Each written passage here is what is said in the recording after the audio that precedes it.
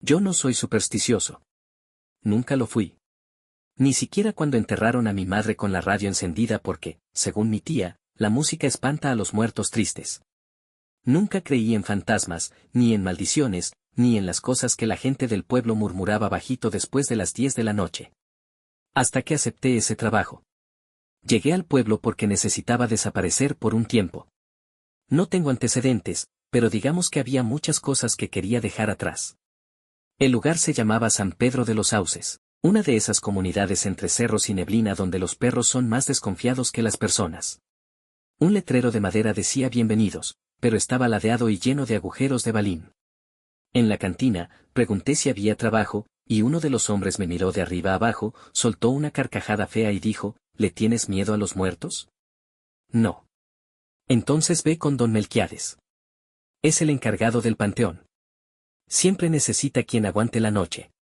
Lo encontré en una caseta oxidada, a la entrada del cementerio, viejo, enjuto, con una chaqueta militar y los ojos más apagados que he visto en alguien vivo. ¿Sabes cavar? Sé seguir instrucciones. Me miró.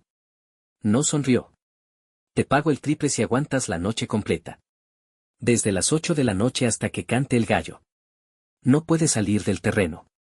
Y no respondas si escuchas que alguien te llama por tu nombre. ¿Perdón? Es parte de la regla. Si escuchas tu nombre, ignora. Si te tocan la espalda, no te gires. Y si ves una mujer vestida de blanco, aléjate. No intentes hablarle. Creí que bromeaba. No lo hacía. Firmé. El cementerio tenía más árboles secos que cruces. La tierra estaba cuarteada, y las tumbas eran un desorden, algunas con nombres grabados a mano, otras abiertas, otras cubiertas con piedras. Como si nadie supiera quién estaba dónde. Mi labor era simple, caminar, vigilar, revisar que nadie profanara nada. A las 8:03 de la noche don Melquiades se fue, dejándome solo con un foco, una linterna, y una botella con agua que, según él, no debía compartir. Las primeras 2 horas fueron tranquilas. Silencio absoluto. Solo el sonido de los insectos y las ramas. Pero a las 10:12 de la noche algo cambió. Estaba sentado junto a una cripta antigua, revisando mi celular, cuando escuché pasos detrás de mí. Lentos. Muy claros. ¿Don Melquiades? Pregunté sin levantarme. Los pasos se detuvieron. Toño, susurraron. Mi nombre. Clarito. Casi como si lo hubieran dicho al oído. Me congelé. Recordé la advertencia. No respondas si escuchas tu nombre. Me levanté sin mirar atrás. Caminé hacia el pasillo central del panteón. Tenía la linterna encendida, pero cada paso se sentía como si algo me pesara en los hombros. A los pocos metros, vi una vela encendida. No estaba ahí antes, estaba justo al pie de una lápida sin nombre, enterrada bajo raíces. Y junto a la vela, un zapato de niño. Antiguo. Como de los años 70. Lo toqué con el pie. Estaba húmedo. Y tibio. Volví a la caseta. Me encerré por dentro. Saqué el foco de emergencia. No tenía señal. Solo una barra, y un mensaje que se repitió 2 veces, sin remitente, ¿ya viste a la mujer? No respondí. No podía. La radio del escritorio se encendió sola a las 12:01. Y de ella no salió música. Salió una voz. De hombre. Suplicando. Por favor, sáquenme de aquí. Y después, un grito. No de terror. De odio. La madrugada tiene un sonido distinto en los lugares malditos. En San Pedro de los Sauces, el silencio no es ausencia de ruido. Es un manto espeso, que ahoga cualquier pensamiento lógico y deja solo la intuición gritando. A las 2:27 de la mañana empecé a sentir que no estaba solo. Y no hablo de una presencia difusa o imaginaria. Había pasos. Respiraciones entrecortadas. Golpes huecos. Como si alguien caminara descalzo sobre madera húmeda. Me acerqué con la linterna a una fila de tumbas cubiertas de musgo. El foco parpadeaba. La batería marcaba 70%, pero la luz iba y venía.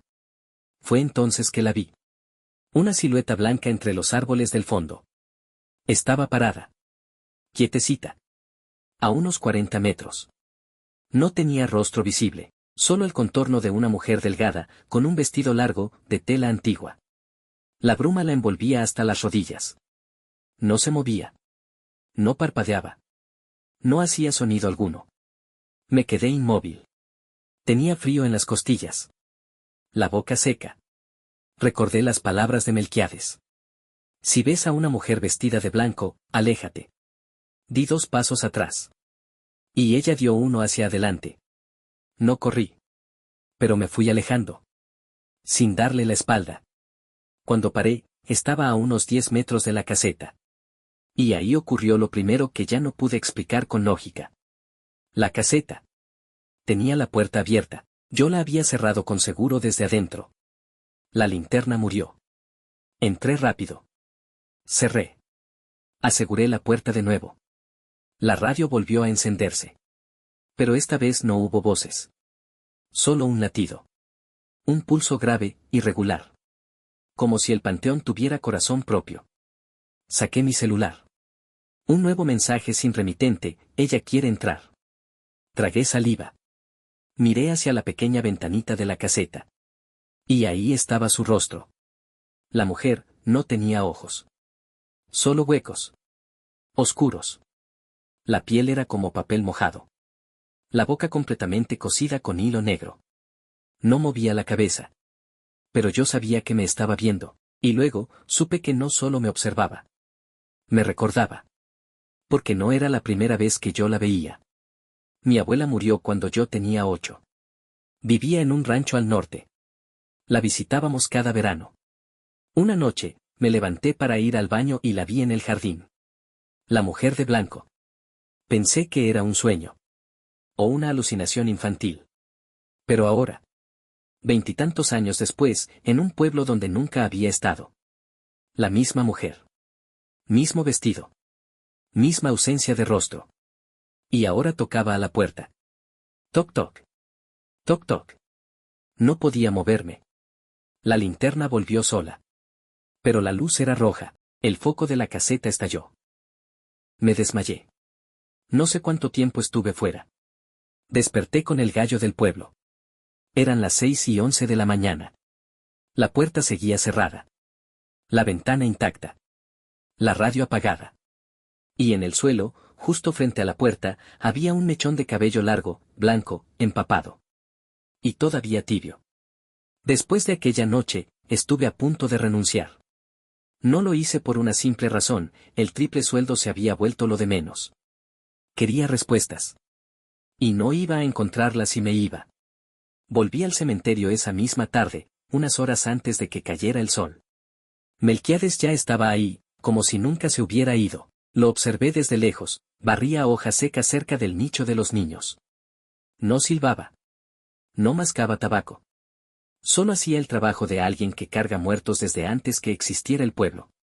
¿Lo de anoche fue normal? Le pregunté cuando me animé a acercarme. No me miró. Nada de lo que pasa aquí es normal.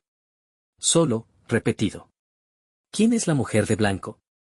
Se detuvo. Volteó con un movimiento lento, como si el cuello le doliera por los años acumulados. No le preguntes el nombre a quien no tiene tumba. Y volvió a barrer. Fui al registro civil al día siguiente. Quería saber quiénes estaban enterrados ahí. El secretario, un tal Ventura, apenas me vio entrar, me dijo sin rodeos, ¿vienes del panteón? Sí. Entonces toma asiento. No vayas a caerte cuando empieces a leer esto. Me mostró un archivo grueso, polvoso, con papeles a máquina y anotaciones hechas a mano. Lo abrí con cuidado. Los nombres, fechas y motivos de muerte estaban casi ilegibles. Pero lo que me heló fue la última sección, entierros sin registro oficial. 1962, mujer sin identificación, no reclamada. 1977, niño NN, encontrado en río. 1983, restos humanos, mujer, caso cerrado sin detalles. 1999, mujer de vestido blanco, cuerpo jamás reclamado, rostro desfigurado, tumba sin nombre. El acta del 99 estaba marcada con tinta roja. Y al pie del documento, en letra apurada, desde su entierro, se escuchan lamentos.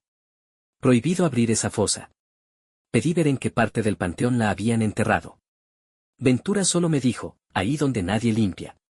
Donde ni los perros ladran. Esa noche fui preparado. Linterna nueva. Agua bendita robada de la iglesia. Y una cuerda con campanitas que me dio una viejita del pueblo, que dijo, si suenan, corre pa, donde haya cruz. Pero no mires atrás. Pensé que exageraba. Hasta que la cuerda sonó 2 veces, sin viento. Y entonces escuché la risa. Una risa infantil, pero áspera. Como si un niño imitara a otro, y no supiera hacerlo bien. Caminé hacia el sector más alejado del cementerio. Pasé por tumbas con letras borradas, nichos caídos, y por último, por una fosa con la cruz rota y la lápida descascarada. No tenía nombre.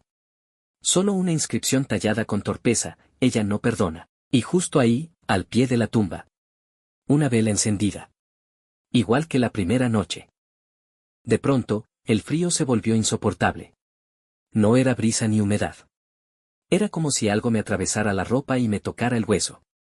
Detrás de mí, una sombra se arrastró. No camina. Se arrastra. Sentí el sonido del vestido rozando tierra seca. Y el olor. Un perfume floral, antiguo, mezclado con podredumbre. Quise correr. Pero recordé la advertencia, no mires atrás. Entonces escuché mi nombre. Pero esta vez era mi propia voz. Toño, Toño, ¿por qué no me ves? Y después, como un susurro, más suave. Tú ya me conoces, tú ya me viste morir. Después de esa noche, el miedo dejó de ser solo una emoción. Era físico.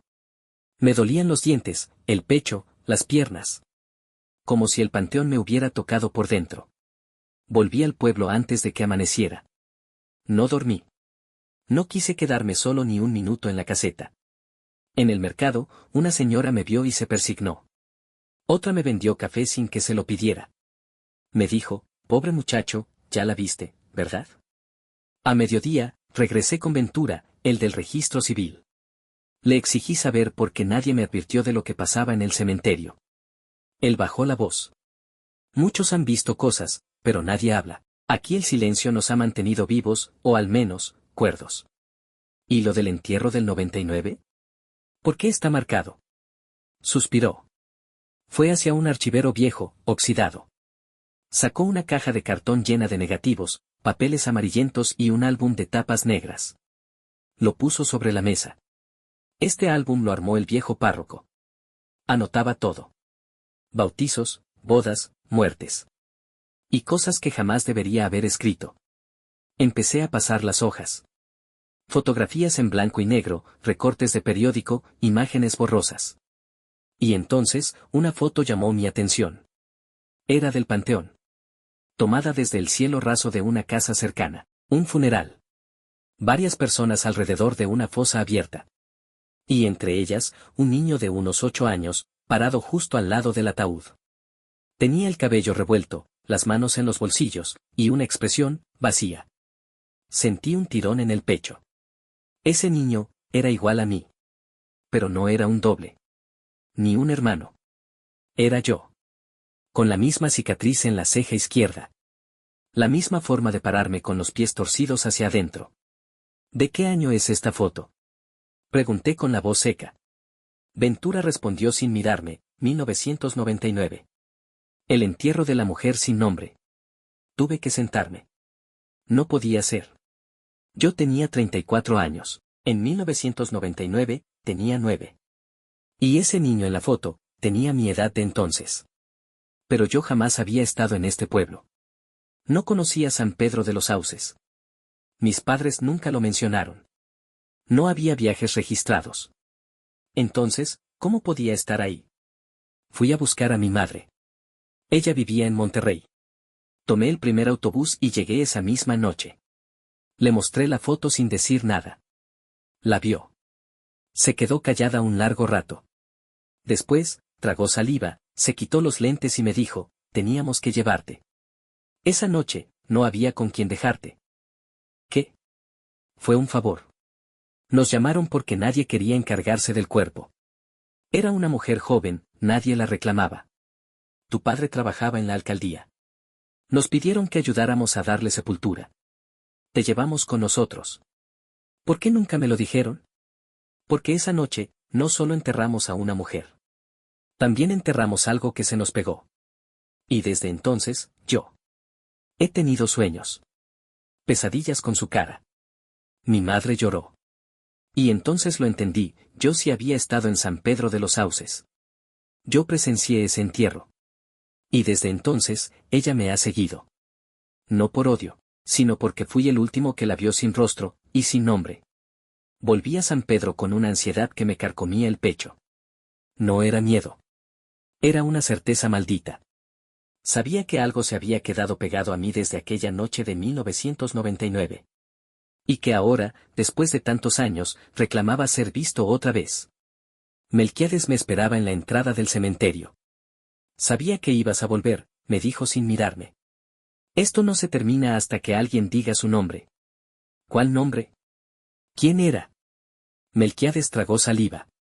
Sus ojos, normalmente secos, se veían húmedos. No lo sé. Nadie lo sabe, y por eso regresa, una y otra vez. Entonces, ¿por qué enterraron el cuerpo sin identidad? Porque la cara estaba, hizo una pausa larga, incompleta. Como arrancada. Nadie pudo reconocerla. Ni siquiera la policía. ¿Y tú crees que yo la vi morir? Melquiades me miró por fin. No. Pero sí la viste entrar. Tú eras el último que la vio viva. O eso creemos. Esa noche me metí solo a la parte más antigua del cementerio. Pasé por tumbas abiertas, lápidas deshechas y árboles retorcidos. Hasta que la vi. Una piedra grande, redonda, incrustada en la tierra. No era una lápida. Era más antigua, como un altar. Y encima, grabado con fuerza, un símbolo que me paralizó, un círculo atravesado por 3 líneas, como una estrella de 3 puntas incompleta. Me quedé inmóvil. Ese mismo símbolo aparecía en mis pesadillas desde que era niño. Siempre lo veía en una pared, o en un espejo empañado, o en la nuca de alguien que no se daba la vuelta. Me arrodillé. Toqué la piedra. Estaba caliente. Y entonces todo el cementerio se estremeció.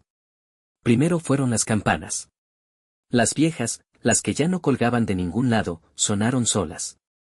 Después, el aire se volvió espeso, como si el viento se hubiera vuelto plomo. Y luego, los susurros. Toño, Toñito, ¿me vas a dejar aquí otra vez? Era la voz de una niña. Pero no había nadie. De pronto, la tierra tembló justo frente a mí. La piedra empezó a hundirse, como si algo desde abajo la empujara. Me eché para atrás. Y lo que emergió, no era un cuerpo. Era una especie de muñeca vieja, de trapo, mojada, enlodada, con la boca cosida con hilo rojo. En su pecho, el mismo símbolo tallado en la piedra. La recogí sin pensar. Y en cuanto la toqué, un recuerdo me golpeó, una sala, luces bajas. Yo, niño, sentado en un ataúd abierto. Y una mujer sin rostro, pero con ese mismo símbolo en la frente. La muñeca estaba en sus brazos.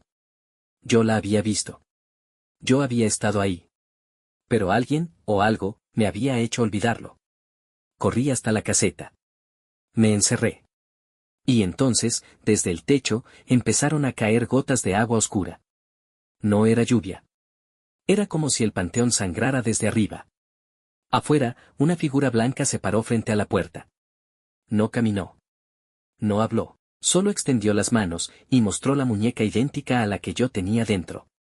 No dormí esa noche. No podía. Cada vez que cerraba los ojos, veía la muñeca. No la que tenía en mis manos, sino la otra. La que esa cosa sostenía frente a la puerta del panteón. La misma muñeca, duplicada. Como si alguien más estuviera viviendo mi memoria desde otro ángulo. Al día siguiente, fui directo al registro de entierros. Me colé sin pedir permiso a Ventura. Buscaba algo. Cualquier cosa. Un nombre. Una coincidencia. Un indicio que explicara por qué me habían llevado allí de niño. Por qué me había olvidado, y lo encontré. Un folio mal escrito, lleno de tachaduras, Sepultura 108, no oficial, año 1999. La ubicación correspondía a una esquina del cementerio antiguo. Justo al otro lado de donde había encontrado la piedra con el símbolo. Fui al lugar. Con pala en mano. Y lo que desenterré no fue un ataúd. sino una caja de metal oxidada, envuelta en lo que parecía haber sido un mantel de iglesia. Dentro, había un cuaderno negro, empapado por dentro. Casi todas las páginas estaban ilegibles. Excepto una, justo al centro, escrita con letra grande, como si el autor supiera que esa era la única que sobreviviría. La ceremonia falló. No logramos atarla. La mujer sin nombre ya no puede descansar. 3 testigos deben ser los que cierren el ciclo: el que habló, el que calló, el que olvidó. Me quedé paralizado. Porque yo era el que olvidó. Había olvidado haber estado ahí. Tomé el diario y fui con Melquiades. ¿Esto te dice algo? Lo leyó. Cambió de color. Esto lo escribió el padre Mauricio. Él estuvo aquí hasta el 2002. Desapareció sin dejar rastro, o eso nos dijeron. ¿Qué es eso del ciclo? ¿Y los 3 testigos? Es un ritual de anclaje. Se hacía cuando un alma no quería o no podía cruzar. Se necesitaban 3 personas para atarla al lugar. Una que la nombrara. Una que la negara. Y una que la olvidara. ¿Y si no se hace? Entonces el alma queda suelta. Y cuando su rabia madura, busca cuerpos, memorias, hasta desatarse por completo. ¿Y si uno de esos testigos regresa? Despierta todo de nuevo. Sentí un escalofrío. Yo era ese testigo. El que olvidó. El niño que no entendía lo que veía. Pero ahora recordaba. Y con mi memoria, había abierto la puerta otra vez. ¿Quién era el que la nombró? ¿Quién la negó? Melquiades no respondió. Solo se levantó y sacó una caja de cigarros. Encendió uno. Y luego dijo, sin mirarme: tu padre era uno de ellos. La sangre se me fue a los pies. ¿Qué? ¿Mi papá qué tenía que ver? Él firmó el acta falsa del entierro. Dio fe de que la mujer era una vagabunda. Dijo que nadie la conocía, que no tenía familia. Él negó que supiera quién era. ¿Y si la conocía? Claro que sí. Todos la conocíamos. Pero teníamos miedo, asterisco. ¿Miedo de qué? De lo que ella sabía. Y de lo que podía decir si despertaba otra vez. No perdí tiempo. Esa misma tarde, manejé hasta el pueblo donde vivía mi madre. No le había contado nada. Ni siquiera que había aceptado el trabajo en San Pedro. Había algo en ella, una forma de evitar siempre ese tema. De esquivar cada recuerdo. Me recibió con una sonrisa falsa. Toñito. ¡Qué milagro! Necesito que me digas la verdad. ¿De qué hablas? De la mujer enterrada en 1999. La sin nombre. La del cementerio. Su expresión cambió de inmediato. Como si le hubiera reventado una vena en el alma. ¿Quién te habló de eso? La vi. No sé cómo explicarlo, mamá. Pero la vi. En sueños, en recuerdos. Melquiades me dijo que papá estuvo involucrado. Que firmó el acta falsa. Que mintió. Se sentó en la mesa, con las manos temblorosas. Tu papá no quería hacerlo. Pero lo obligaron. El pueblo entero le tenía miedo a esa mujer. ¿Por qué? ¿Quién era? Era tu tía. La hermana de tu papá. La habitación se llenó de un silencio sucio, denso. ¿Qué dijiste? Se llamaba Clara. Era enfermera. Vivía sola. Un día empezó a hablar de cosas raras. Decía que los muertos le hablaban, que algunos no se querían ir. Empezó a escribir símbolos en las paredes. Tu abuela decía que estaba poseída. Tu papá la defendía, pero algo pasó. ¿Qué? Dijo que uno de sus pacientes volvió. Que caminaba por la casa. Que lo escuchaba todas las noches. Hizo un altar. Lo alimentaba con cosas, partes de animales, objetos personales de la gente del pueblo. Me quedé helado. ¿Y qué hicieron? Un grupo de hombres del pueblo entró a su casa. Dijeron que la iban a llevar a un hospital. Pero nunca llegó. La golpearon. La dejaron morir.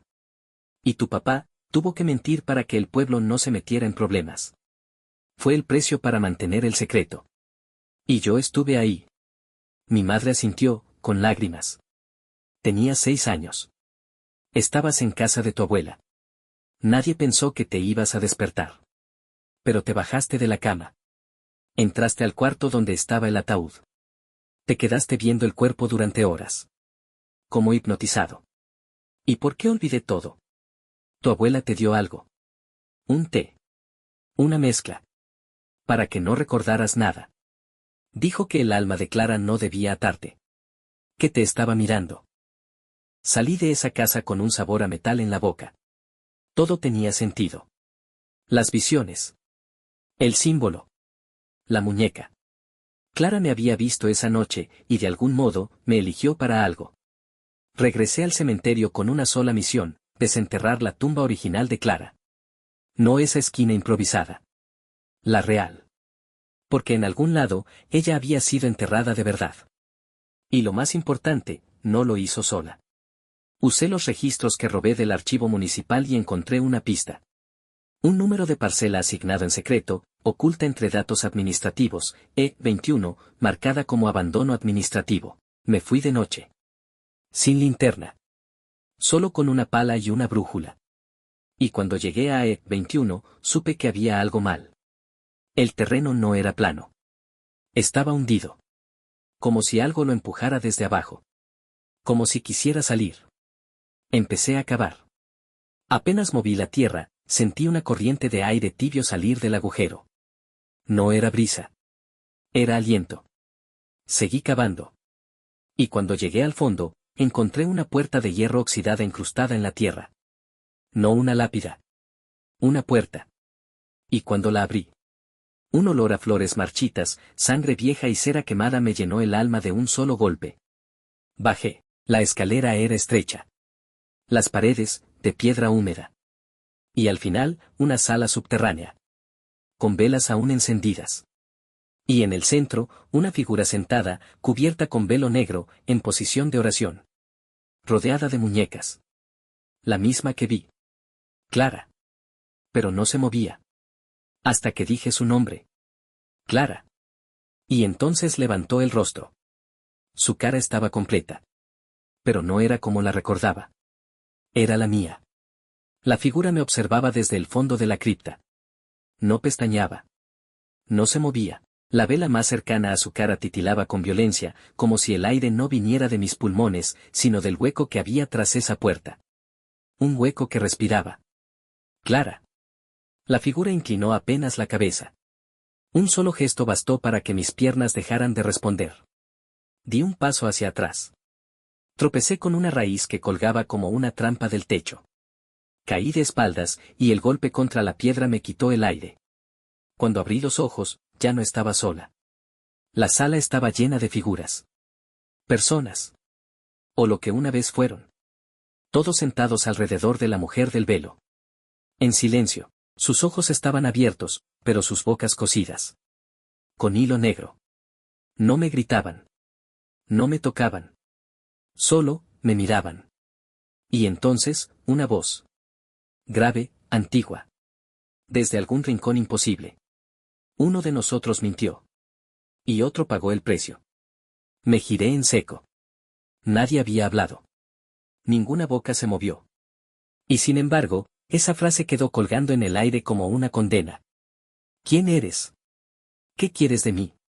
La figura del centro levantó las manos. En una sostenía un retrato. En la otra, una cruz invertida, hecha con huesos de pájaro. Me acerqué temblando. El retrato tenía una dedicatoria en tinta corrida, para Clara. El único ángel que escuchaba a los muertos. Entonces todo dio vueltas. Me desperté tirado en la superficie. El cielo ya clareaba. No recordaba cómo había salido.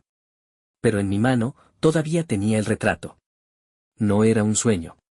No podía seguir ignorando lo que el pueblo había enterrado. No solo a Clara, sino a los demás. Porque eso era lo que más me aterraba de aquella sala subterránea, no estaba hecha para guardar un cuerpo. Estaba diseñada para mantener vivos los recuerdos que no debían escapar. Volví a San Pedro al amanecer. Melquiades me esperaba, parado junto al portón de hierro. No me preguntó nada. Solo dijo, ya bajaste, ¿verdad? Asentí. Entonces prepárate. Porque esta noche, ellos vuelven a caminar. ¿Quiénes? Los que fueron cosidos por el miedo. Los que no descansan porque nadie los nombró. Cada año, la noche del 23 de junio, los sin nombre buscan una voz. Y si alguien los ve, esa voz se vuelve suya. Para siempre. Pasé el resto del día encerrado en la oficina, repasando los registros del cementerio. Los NN, como los llamaban. 28 entierros sin nombre. Muchos con lápidas improvisadas, otros en fosas comunes. Todos entre 1988 y 2007. A las 11:47 de la noche escuché el primer golpe. 1. Seco. Contra la reja principal. Me asomé por la cámara. Nadie. Pero luego vino el segundo. Esta vez, dentro del cementerio. Como si alguien golpeara su propia lápida desde dentro. Apreté el valque. ¿Melquiades? ¿Estás viendo esto? Silencio. Melquiades, contesta. Nada. Revisé todas las cámaras. Solo una tenía señal intermitente, la 04, zona vieja. Ahí, entre las cruces oxidadas, vi una figura encapuchada, caminando. Despacio. Como si flotara. Y detrás de ella, otras más. 28. Todos caminaban hacia el mausoleo central. Y en la mano del primero, colgaba una muñeca sin rostro. No me moví. No respiré, hasta que uno de ellos levantó la cabeza y me miró directamente a través de la cámara. Toño. La voz vino del valque. Pero yo no lo había encendido. Y entonces la pantalla de vigilancia se apagó. Y la puerta de la oficina se abrió sola. Corrí. No sabía hacia dónde.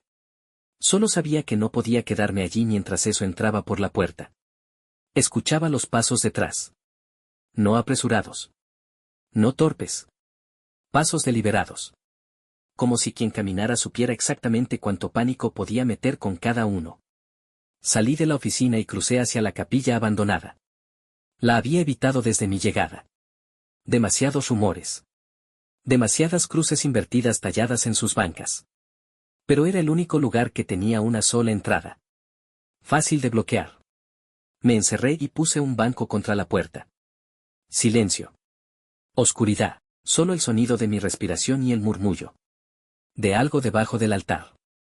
Era un sonido leve. Un roce. Como uña sobre madera. Me acerqué. Removí la tela raída que cubría el altar. Y ahí estaba, una compuerta. Vieja. Oxidada. Oculta desde quién sabe cuándo. La abrí. Un hedor seco me invadió. Bajé. 5 escalones. 10. Y luego, una sala circular con paredes cubiertas de nombres. Nombres grabados con sangre. Nombres que se repetían. Nombres que yo conocía. Papá. Ahí estaba. Su nombre, 3 veces escrito. Ángel Barragán. Traidor. Negador. Silenciador. Y debajo, otro nombre. Pequeño, casi infantil, Antonio Barragán. Testigo olvidado. Sentí náuseas. Me caí de rodillas. Todo este tiempo, yo no solo había sido víctima. Fui parte del ritual. Y lo fui desde niño. Te trajeron para sellarla. Me giré de golpe. Melquiades estaba ahí. Con la cara hundida. Los ojos oscuros. Pero era él. ¿Qué? Tu papá y los demás sabían que Clara no descansaría. La enterraron sin nombre. Sin familia. Sin voz. Y tú eras el último ingrediente. El olvido. El niño que no entendería nada, pero cuya presencia era necesaria para callarla. ¿Y tú? ¿Tú también lo sabías? Yo cavé la fosa, Toño. Fui el primero en ver cómo el ataúd se movía cuando lo cubríamos. Me quedé callado. Porque tenía miedo. ¿Miedo de qué? De lo que había en sus ojos. Porque Clara murió, pero no vacía. Murió sabiendo que la callaban. Y murió jurando que nos haría recordar. De pronto, un golpe arriba. Luego otro. La puerta de la capilla retumbaba como si alguien la pateara con furia. Melquiades se quedó en silencio. Yo subí los escalones. Cada paso era más difícil. El aire pesaba como si algo me aplastara los pulmones. Cuando empujé la puerta, no vi nada. Nadie. Solo la figura de una mujer. Vestido blanco, cabello largo.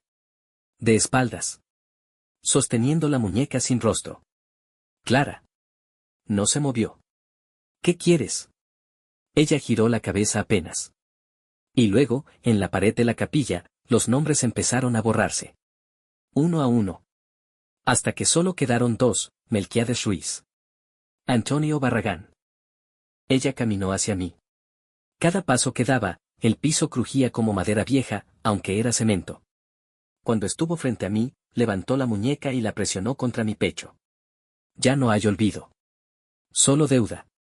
Y en un segundo, el lugar se vació. Las sombras se disiparon. La figura de Clara se deshizo como polvo bajo el viento. Pero la muñeca. La tenía yo en la mano. Y ahora, tenía ojos. Corrí de nuevo a la oficina. Llamé al número de emergencia de la administración. Solo pude decir 3 palabras antes de que se cortara: ya no duerme. Clara nunca se fue. Me senté en el suelo, frente a la oficina, con la muñeca en las manos. Ya no era una muñeca. No del todo. Tenía ojos. No los míos. No los de Clara. O tal vez sí. Tal vez eran los ojos de todas las personas que alguna vez la olvidaron. No dormí. No quise. Y cuando amaneció, tomé un cuaderno y empecé a escribir. Cada detalle. Desde mi primer turno hasta la última noche. Porque ahora entendía, la única forma de calmarla era recordarla. Nombrarla. Devolverle la historia que le quitaron. Fui con Ventura. Le entregué el diario. No quiero seguir. Renuncio. Él no dijo nada. Solo abrió un cajón, sacó un sobre. Dentro, una hoja amarillenta. Fecha, 1999. Antonio Barragán, autorización especial de ingreso a cementerio en horario nocturno. Acompañado de su padre, Ángel Barragán. Y al reverso, escrito a mano, requiere testigo menor de 7 años. Confirmado. Esto estaba archivado como accidente administrativo. Pero supimos. Siempre supimos. Lo miré. ¿Sabían qué? Que tú eras el último. El ciclo no estaba cerrado. Solo en pausa. Porque no recordabas. Porque mientras olvidaras, ella dormía. ¿Y ahora qué? Ahora todos vamos a recordar. Semanas después, regresé al cementerio, no como trabajador. Como visitante. Habían hecho algo nuevo. En la sección vieja, justo donde estaba la sepultura sin nombre, había una placa. Sencilla. Sin adornos. Solo decía, Clara. Nunca olvidada. Siempre esperando justicia. Alguien dejaba flores. Siempre blancas. Siempre frescas. Un niño apareció una vez. Se me quedó mirando. Ella ya no está enojada contigo. ¿Cómo sabes eso? Porque ya no grita por las noches. Hoy tengo su muñeca en casa. La mantengo en una caja de vidrio. No porque me asuste. Sino porque me recuerda que todo pueblo tiene un silencio que nadie quiere romper. Y que a veces, aceptar un triple sueldo es aceptar una deuda que no es tuya, pero que te toca pagar. Porque Clara no quería venganza. Solo quería que alguien dijera su nombre. Y que al decirlo, alguien más escuchara.